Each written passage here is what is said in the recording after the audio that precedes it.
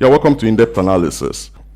I think at this very point, Peter Obi needs to come out clean.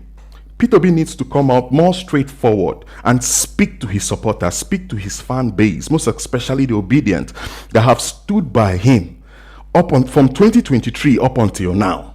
He needs to talk to them. He needs to come out more straightforward to them. Why am I saying this? I got a credible information that yes, the one-time deal was offered and it was accepted. That the post you people saw on Punch, the publication that was made on Punch, was just to elicit reaction from the crowd, from the people. It was just to see how the people were going to react. It was an intentional publication. This is from a very credible source. And it made me to delve more in, to do some further research. Now let's listen to Peter Obi, what the answers he gave when he was asked about the one-time deal yesterday. Listen properly. Let's do an analysis on this and further more videos. Listen. I'm in coalition against hunger. Okay. In coalition against poverty. In coalition against good health. Politics for me is not about position. It is about doing the right thing. But is that a report true, sir? Whatever you make of it, I can tell you, I, Peter, have told you where I stand. Did you listen to him? He said he's in a coalition against hunger and blah blah black sheep. That position for him is not a problem. All he's after is good governance. Position for him is not a problem. The guy now asked him to say more, to speak more further on the matter. He said, I, Peter, has told you where I stand. You hear politicians? Now it takes us back again. Let's go. Let's take a rewind. Now I'm bringing in Kenneth Okonkwo. If you remember, Kenneth Okonkwo left the Labour Party. And as soon as he left the Labour Party, he was invited by Atiku. And after being invited by Atiku, he started speaking for the coalition. You need to understand at this point in time, he is working for Atiku. And he is speaking for the coalition. Let me prove it. Hold on. Let me start with this one. Listen to this.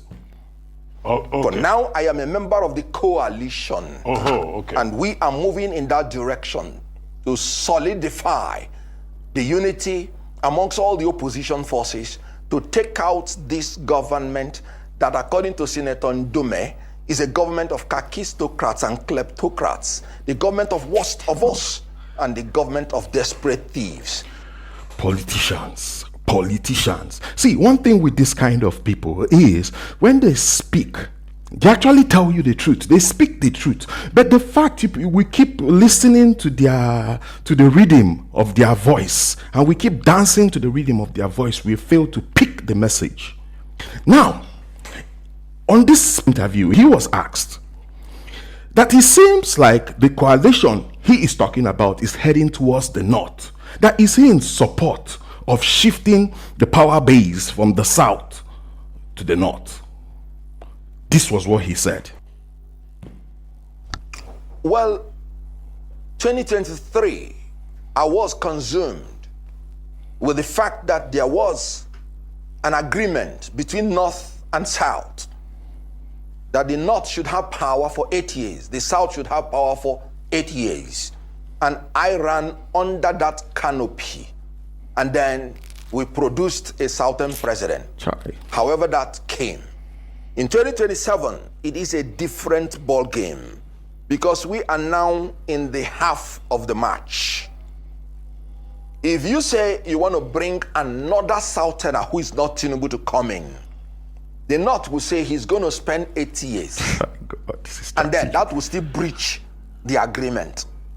And now that Tinubu is incomparably bad, would you say you give him another 4 years?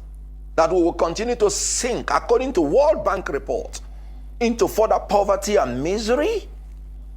Now, if you get a Northerner who will commence a rule in the middle of the game, would you say that if he spends 8 years, it has not become injustice? It will.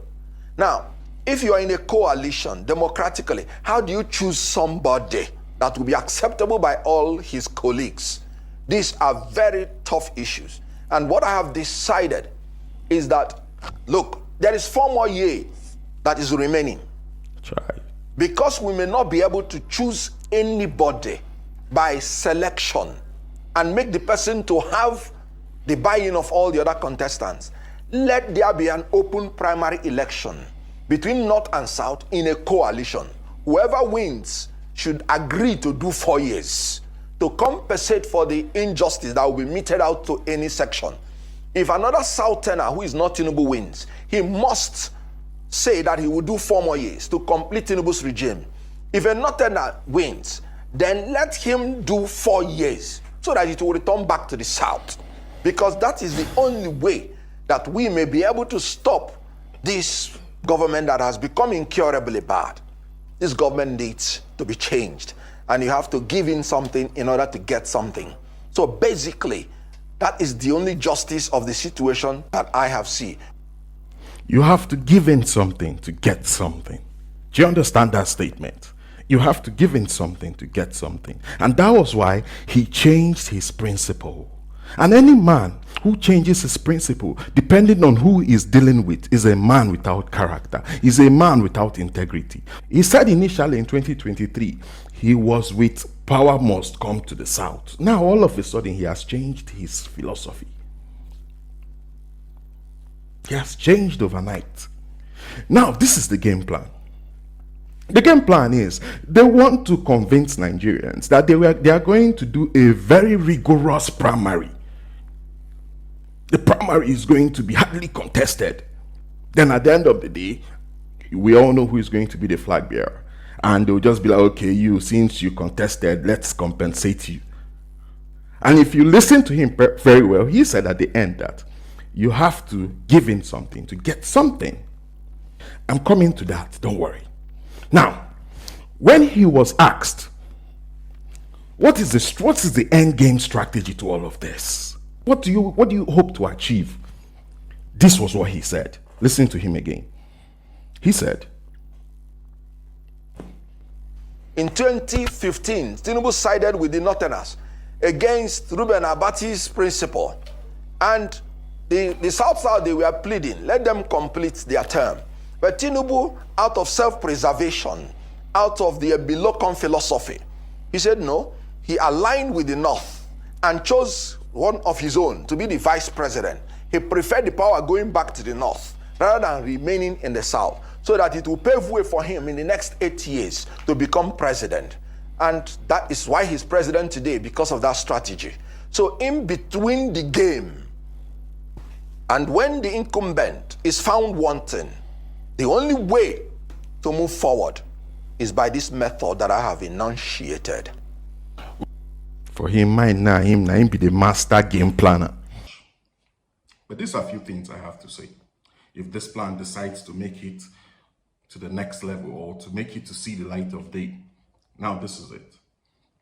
It's a good plan, no doubt, but it's a good plan if things remain equal. Remain equal in the sense that 2023 is replicated in 2027.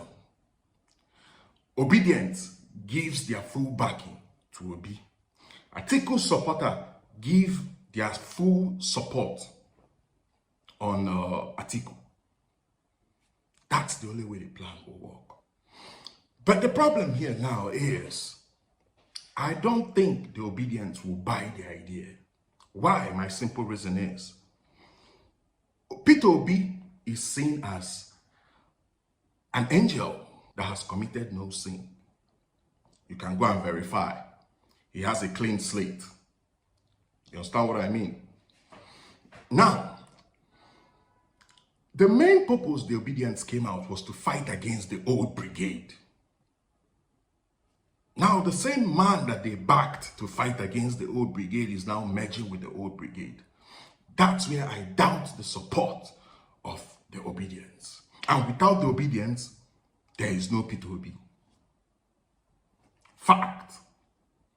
Without the obedience, there is no Peter Obi. And Aisha Yusufu has made that point clear.